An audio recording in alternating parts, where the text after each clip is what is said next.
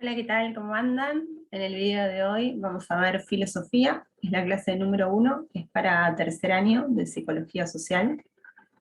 Voy a compartir en pantalla una presentación, ahí está. Bueno, les contaba, esta es la primera clase del tema filosofía, va a haber una segunda clase y la vamos a tener vía Zoom. Vamos a estar ahí compartiendo lo que nos deja esta primera parte y obviamente vamos a estar profundizando en otros autores que, que hemos elegido para que podamos indagar un poquito más en esto que nos propone la filosofía. Bueno, como les decía, es el tema que hoy nos reúne, se nos propone. En algunas sedes la dan en segundo año, en otras en tercero. Bueno, en esta oportunidad la vamos a ver en tercer año, pero siempre es interesante pensar, como siempre les aconsejo, les sugiero, que cada uno de los temas que damos en psicología social traten de pensar por qué nos proponen ese tema, por qué nos proponen ese autor, y también para qué nos sirve como psicólogos y psicólogas sociales, ¿no? Bueno, a ver, vamos a arrancar por acá. Primero que nada, vamos a pensar en qué, como cualquier clase, como cualquier primera clase de filosofía, vamos a pensar en qué es la filosofía, a qué nos referimos cuando hablamos de filosofía. Y una primera aproximación podría ser pensar en la etimología, ¿no? El origen de esa palabra. Sabemos que es un origen griego, y si dividimos ese término y nos encontramos con la palabra filos, y por otro lado con la palabra sofía, vamos a entender un poquito más a qué nos referimos. Cuando decimos filos, estamos hablando de deseo, de amor, de búsqueda, a eso se refiere esa palabra. Por otro lado tenemos la palabra sofía, que viene a hablarnos de sabiduría, de saber. Entonces, si hacemos esta unión de palabras, vamos a entender que la filosofía va a ser como ese deseo, búsqueda y también amor por ese saber, lo cual no significa que estamos frente a un saber absoluto. Simplemente estamos indicando que somos buscadores, todos los sujetos somos buscadores de ese saber.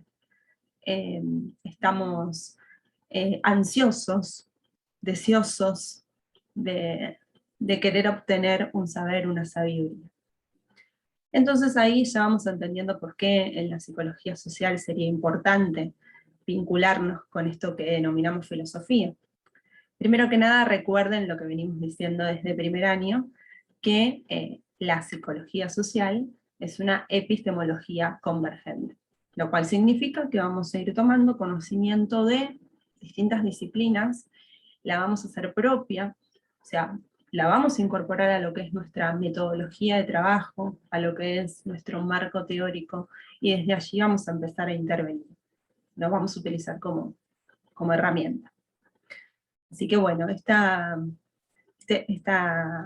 explicación del término nos va a decir que justamente nosotros como sujetos, como psicólogos sociales, como profesionales, también vamos a estar en búsqueda de un saber propio, que sea de nuestra formación.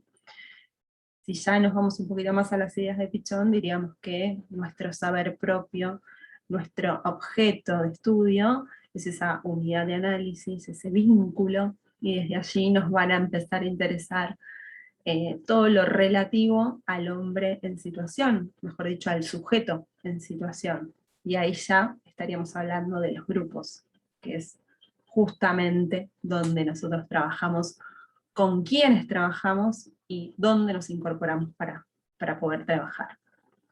Bueno, pero volviendo a la idea de filosofía, vamos a ir a un detallecito que sigue acá, que son estas tres maneras de entender la filosofía. Estas tres maneras son estas tres palabras que les propongo. Por un lado, la actividad, por otro lado, la ciencia, por otro lado, la materia. La primera de las maneras, que está acá mencionada, es la actividad. O sea, hacemos referencia a ese quehacer que tiene que ver con la filosofía. Dicho de otra manera, es el hecho de empezar a filosofar, el hecho de empezar a preguntarse, ¿no? Ese quehacer, actividad vinculada al quehacer. Bueno, en esta actividad, en esta primera forma de entender a la filosofía, nos vamos a encontrar con dos palabras que suenan muy, muy parecidas, pero son bien distintas. Por un lado, nos vamos a encontrar con lo que es el origen. Por otro lado, nos vamos a encontrar con el comienzo. Y como les decía, puede parecer bastante parecido, pero lo que las diferencia es que el origen es aquello que ha motivado y que todavía sigue motivando a que nosotros filosofemos, que nos preguntemos, que nos cuestionemos. Y por otro lado, la palabra, comienzo, tiene que ver con el momento puntual en la historia que hace que aparezca esta acción de filosofar. Y bueno, que también sigan habiendo distintas etapas en lo que sería la filosofía.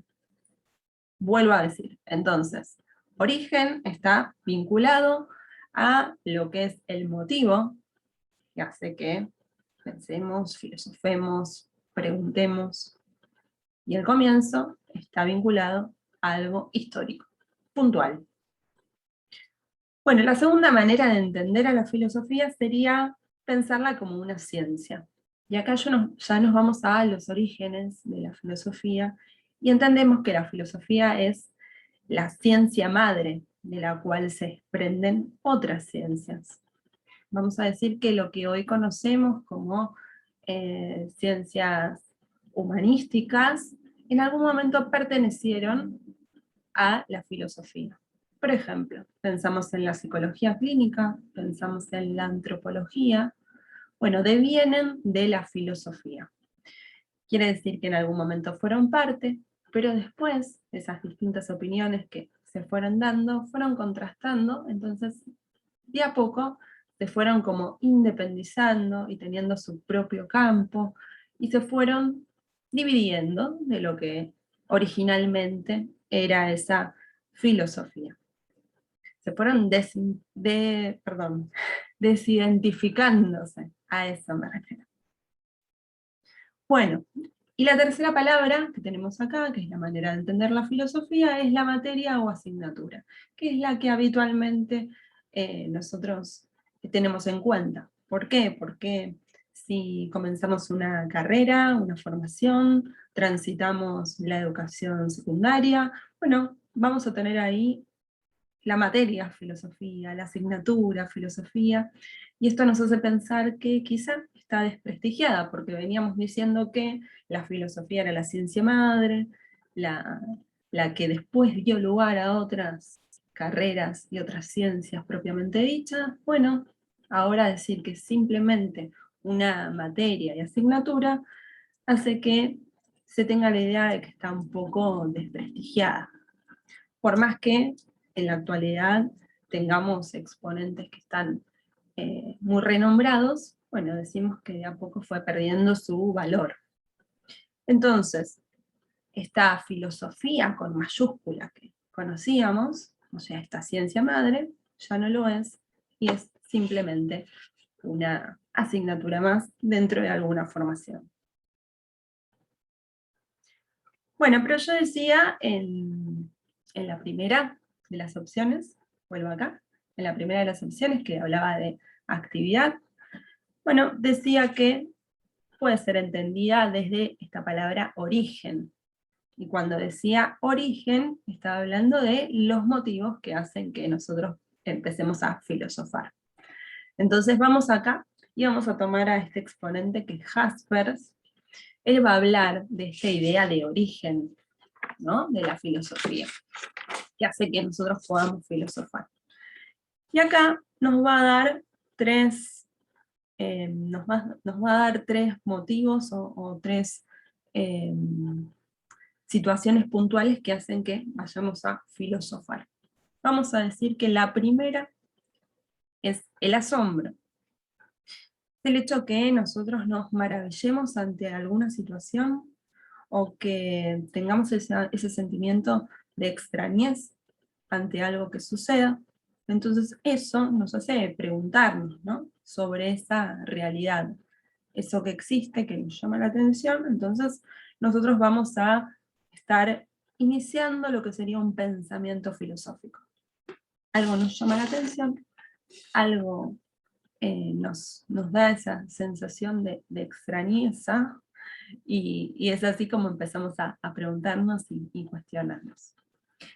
En general, los filósofos dicen que para que nosotros lleguemos a asombrarnos y a realizar estas preguntas que pueden dar lugar a otras preguntas, y así iniciar un conocimiento distinto, también puede llegar a iniciar distintas investigaciones, ¿no? La mayoría de los filósofos dicen que para que eso suceda, debemos tener momentos, instantes de ocio. Ese ocio destinado a dejarnos atravesar por lo que sucede.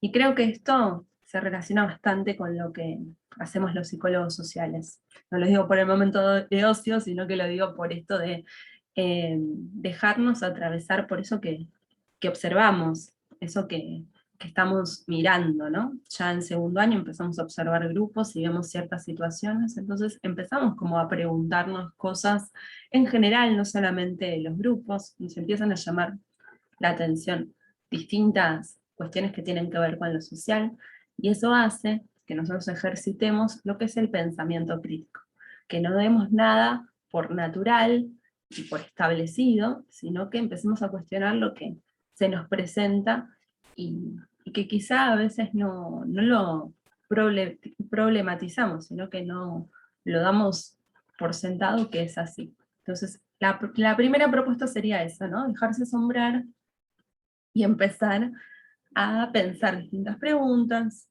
y empezar a filosofar esta actividad, este qué hacer, diríamos, ¿no? Bueno, la segunda de las opciones. La segunda de las opciones es la duda. Y eso está muy relacionado con el hecho de también preguntarnos qué es lo que está pasando en determinadas situaciones. O sea, vuelvo otra vez a esta idea de pensamiento crítico. Antes decíamos que nos asombramos, algo nos llama la atención, empezamos a preguntarnos. Y acá, en el momento de la duda, bueno, vamos intensificando lo que es ese pensamiento crítico. Descartes es uno de los filósofos de la modernidad, y él es el que hace de esta palabra, hace su metodología de trabajo, ¿no? Él utiliza esta palabra duda, y también lo utiliza como forma de llegar al pensamiento. En realidad él lo que quiere hacer es un método que guíe el pensamiento y a la vez que pueda ir ordenando sus saberes. Entonces, él decía que para no equivocarse había que dudar permanentemente para llegar a una verdad distinta. Entonces, eso era lo que él se proponía. Bueno, esto de dudar ante una situación hace que pensemos distintas alternativas. Piensen ustedes en cada vez que van a coordinar un grupo, o están pensando, ahora en tercer año están pensando en dispositivos grupales como para poder intervenir, bueno, empiezan a cuestionarse si está bien lo que van a realizar o no, si está bien intervenir de determinada forma, si utilizar otra técnica. Esto de dudar, no dar por hecho de que va a estar bien. Y eso de ese ejercicio que uno hace al estar preguntándose, al reflexionar sobre algo que sucede ahí, bueno, tiene que ver con esto, ¿no? De poner en duda todo aquello que yo vaya a realizar. Y la última de las palabritas, o la última de las propuestas dentro de lo que sería el origen o el motivo de la acción de filosofar, nos encontramos esta, que se llama situación límite. La situación límite es sentir que nosotros estamos acorralados por un motivo, que puede ser algún motivo puntual.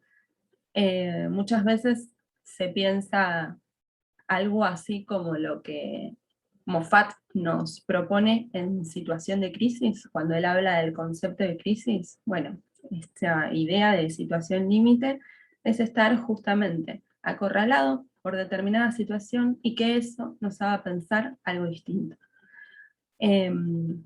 Nosotros que estamos tan acostumbrados a atravesar muchas crisis, ¿no? Digo, a nivel país, a nivel económico, lo que sucedió desde el año pasado con el tema de la pandemia también, nos acorraló, nos sacó de eje, y eso hizo que empecemos a preguntarnos por absolutamente todo.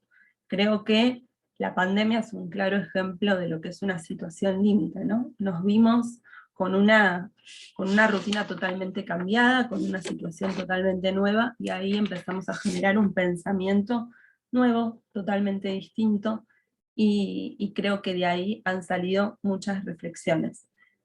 Seguramente en lo que es la clase presencial les voy a proponer una lectura que tiene que ver con esto, con pensar esta situación límite.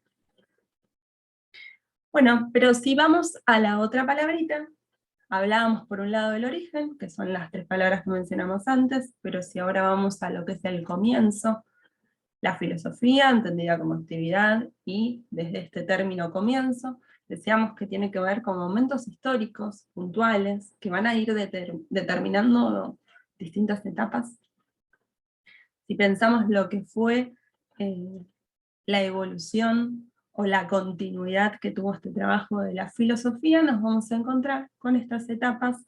La primera de ellas es la cosmología. Y dentro de la cosmología, esto de pensar al mundo, la primera de las etapas es la presocrática, donde estos pensadores, estos filósofos, hablan de el arjé. El arjé es ese elemento que le va a dar origen al universo. Y bueno, vamos a encontrarnos con distintos arjé, ¿no? Distintos elementos. Algunos dirán que es el fuego, otros dirán que es el agua, otros dirán que es la tierra. Bueno, esos son distintos elementos que dan lugar al origen de este universo. Bueno, vamos a ir encontrando distintos pensadores que van a tener cada uno su teoría. Pero después vamos a ir ya a una filosofía que está vinculada a lo antropológico, donde allí nos vamos a encontrar los máximos exponentes de la antigua Grecia, que son los más renombrados. Cuando hablamos de filosofía, siempre los tenemos como en cuenta porque son los máximos exponentes, ¿no? Ahí vamos a encontrar a Sócrates, vamos a encontrar a Platón, y vamos a encontrar a Aristóteles. Bueno, de estos 3 que menciono, creo yo que en psicología social los que más utilizamos son Sócrates y Platón. Platón lo vamos a dejar para esta clase que vamos a tener, esta segunda clase que vamos a tener de manera virtual y por Zoom, pero voy a mencionar que Sócrates ya lo habíamos visto cuando habíamos hablado de proceso corrector.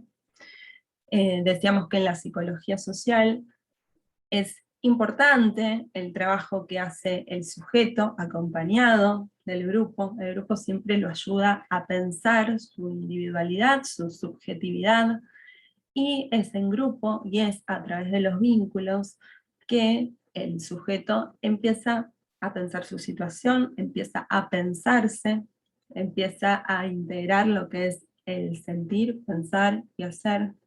Y para que eso suceda, siempre tiene que haber un aprendizaje. Ese aprendizaje, ese conocimiento, se logra a través de lo que Sócrates en algún momento denominó mayéutica.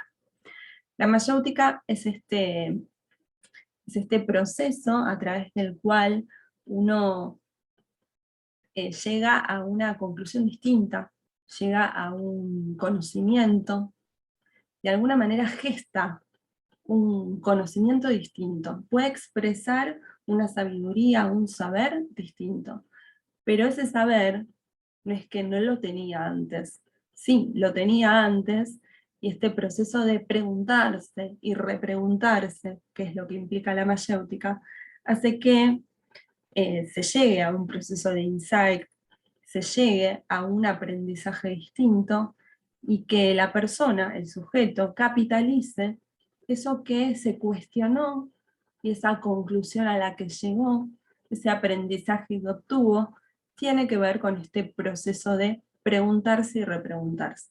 Desde la psicología social decimos que el grupo es quien propicia que eso suceda, que se llegue a ese aprendizaje, propicia el aprendizaje. Por eso es importante mencionar a Sócrates a través de esa idea. Lo tienen en el texto, lo pueden leer, pueden repasar si quieren lo que es proceso corrector. En el canal también está el video de proceso corrector, así que si lo quieren repasar está ahí.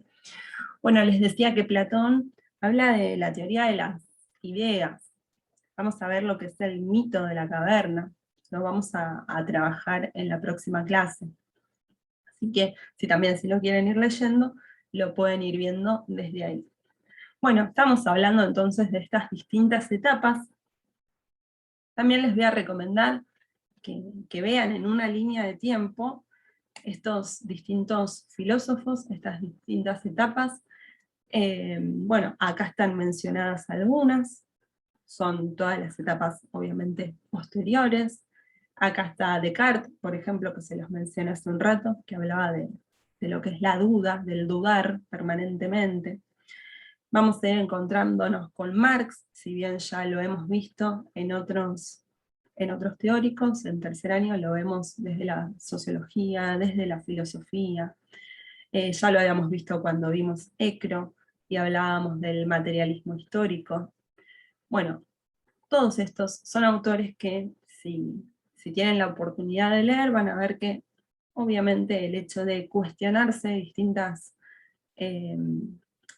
ideas, generar distintos pensamientos, distintas preguntas, hacen que se haga este ejercicio que decía yo hace un rato, ¿no? Que intentamos hacer todos los psicólogos sociales. Cuestionarnos eso que está dado. Obtener preguntas que nos lleven a otras preguntas. Siempre sabemos que el hecho de preguntarnos, preguntar en grupo, hace que el grupo se ponga en tarea, que trabajemos, que lleguemos a un cambio, a algo distinto.